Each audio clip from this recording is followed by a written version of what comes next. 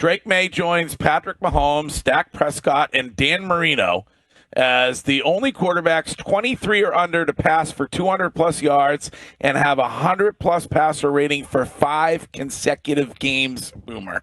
He is the guy. Damn, I didn't even do that. Holy mackerel. I know. I think I started when I was 23. But anyway, really impressive. Almost 70% passing. Again, no turnovers. That's the key. He's throwing the ball down the field. I mean, a couple of these throws down the field are really spectacular. And that's, you're getting big plays. He's running with the football. I mean, I'd like to see a little bit more balanced offense, and I'm sure Josh McDaniels would like to see a little bit more balance on the offense, a little bit more running the football, because ultimately when they get to the playoffs later on in the year, in the wintertime, outside, you got to be able to run. So the running game is probably not up to snuff just yet, but I can't say enough about the way the kid's playing. He's absolutely living up to everything that they could have expected him to live up to. And again, as this season started, I said not only was Mike Vrabel the right hire for the team, which was really important, but maybe even more importantly to get the most out of Drake May was the rehiring of Josh McDaniels. Boomer, the confidence level is there for Drake right now, but he's not cocky after the games. And both Mike Vrabel and Drake said, there's a lot to improve upon after this win. Is the running game the biggest part for you when you look at Drake May's play?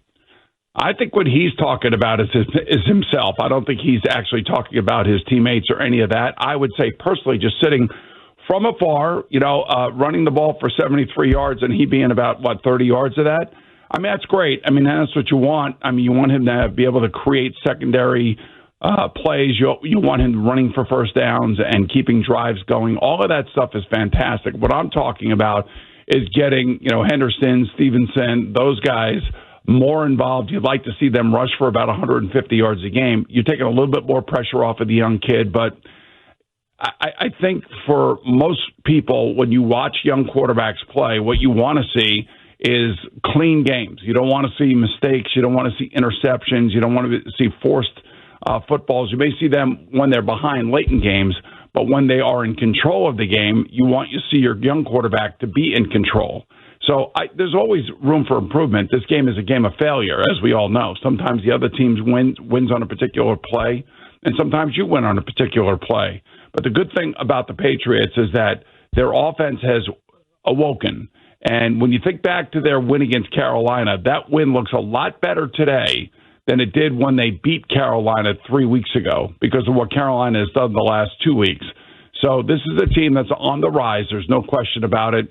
And a lot has to do with, Drake May's